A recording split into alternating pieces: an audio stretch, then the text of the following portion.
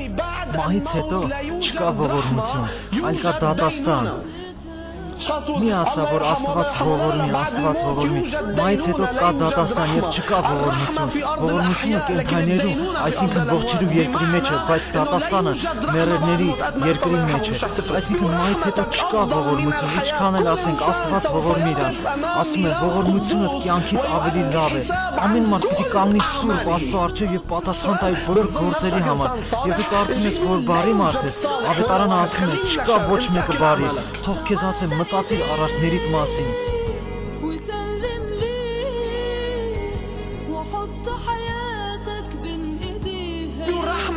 Ողորմությունդ կյանքից ավելի լավ է։ Ամեն մարդ կանգնի սուրբ Աստծո առջև եւ պատասխան տա իր բոլոր գործերի համար։ Եվ դու կարծում ես, քեզ համար որ բարի ես, թող տեսնեմ մտքերդ, որ մտածեցիր։ Եվ թող դիտենք որպես տեսաժապավեն այն մտքերը, որ մտածեցիր։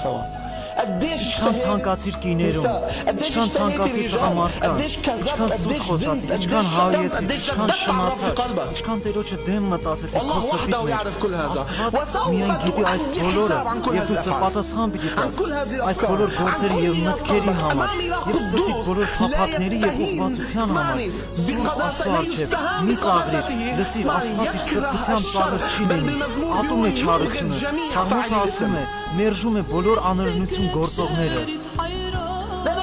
Կա դատաստան, որ գալիս է ամեն մարդու վրա, ով չգիտի Հիսուս Քրիստոսին եւ չի ընդունում Հիսուս Քրիստոսին։ Եթե նույնիսկ գնաց եկեղեցի, եթե խաչ անեց, եթե մկրտվեց, եթե ծոմ պահեց եւ անգիր սովորեց Աստվածաշունչը, եթե չծնվի նորից եւ չփոխվի իսկական ապաշխարությունով եւ զղջումով, ուրեմն վերջը դատաստանն է հավիտենական դժոխքը։ Երևակայում ես ամենախիստ, ամենամեծ բանտը կամ ամենաերկար կալանքը ունի վերջ, կամ միջև մահ, կամ մահից հետո դուրս կհանեն քեզ, բայց դժոխքի մեջ պիտի փնտրես մահը, կամ վերջը ու չգտնես։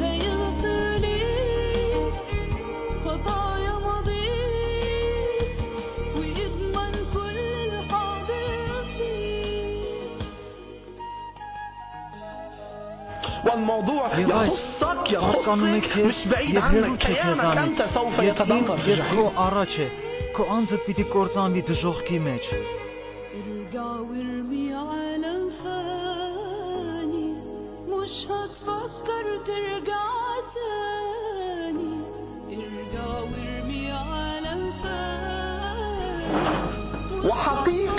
Եվ շատ իրական է դժոխքը, և ապացույցը, որ իրական է, բոլորը մերժում են, բայց ոչ մեկը չի մերժում, որ Սուպերմեն կա։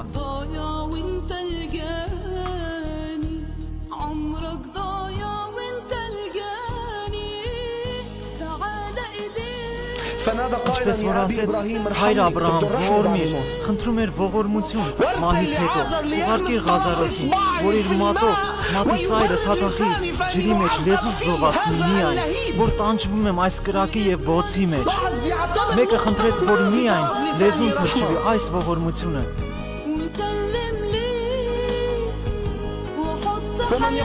Որ հիմար ասի, ոչ եղբորը, այս բառը ասելու համար արժանի է դժոխքի կրակին։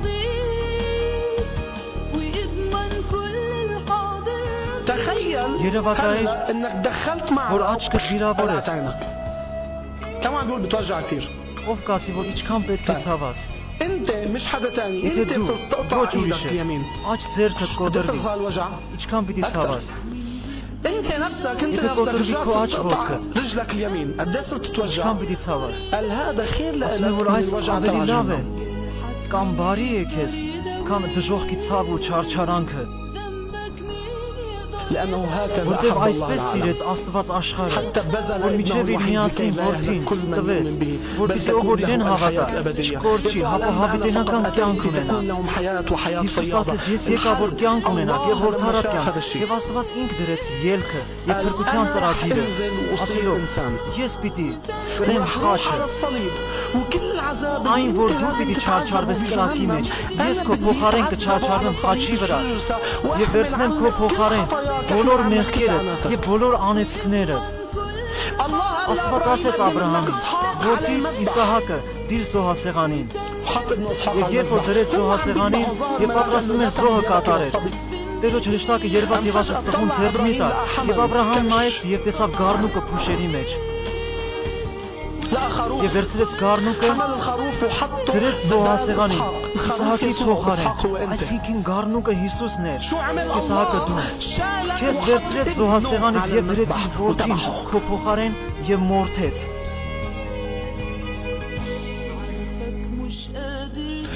Ավետարանը ասում է, պիտի տեսնեմ այրյունը եւ պիտի անցնեմ։ Որ այրյունը, Հիսուսի այրյունը, որ վճարեց քեզ համար, որ ազատի դժոխքից եւ մեղքից եւ մահից եւ տհավտենական կյանք։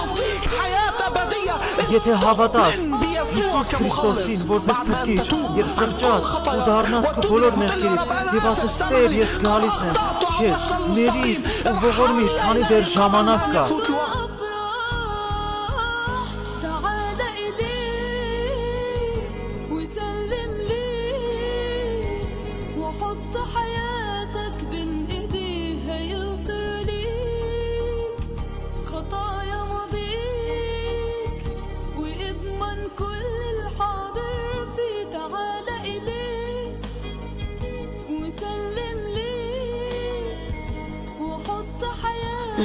Ավետարանը ասում է,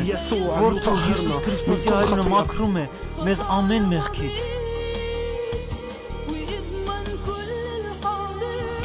Ես ոչ մի բան չեմ անում, որպեսզի երկինքը ժառանգեմ, այլ վստահում եւ հավատում եմ, թե Հիսուս ինչ արեց ինձ համար եւ պիտի հետևեմ։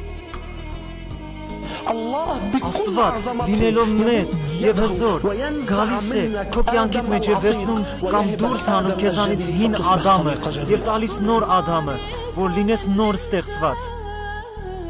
Եվ այդ վայրկյանից ամեն անեծ, ամեն մեղք, ամեն մահ եւ դատաստանի վճիռը կանցնի։ Չկա դատաստան նրանց համար, ովքեր Հիսուս Քրիստոսի մեջ են։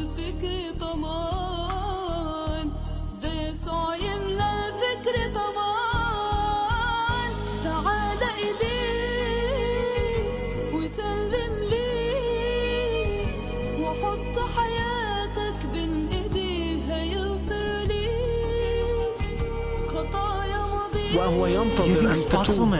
որ դու զղջաս և դառնաս, որպեսզի բնակվի ինք քո մեջ, և այս մարմինը, որ մեղքի գերի է, կվերափոխվի և կդառնա տաճար և տուն Սուրբ Հոգու համար, և մարմինը առանձնացած է Հիսուսի ներկայության համար, որ իր ներկայությունը լինի քո մեջ։ Ասում է սրանից հետո, մեղքը թող չիշխի ձեր մարմինների վրա, որովհետև դուք հնազանդված եք ոչ թե օրենքին, այլ շնորհքին։ Եվ Սուրբ Հոգին վկա է, որ հարուցանեց Հիսուս Քրիստոսին մեռելներից, և հիմա ինքը ողջ է, և սպասում է, որ դառնաս և զղջաս, որպես ինք բնակվի քո մեջ։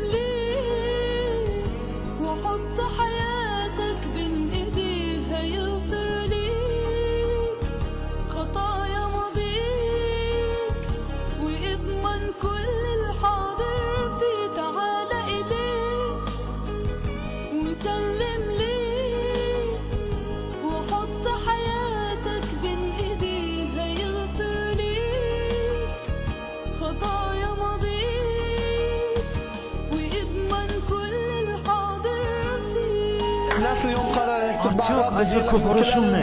որ հետևես Տերոջը։ Ուզում եմ քեզ ասեմ, քո մեղքերդ քեզ ներված են, գնա եւ էլ մեղք մի գործիր։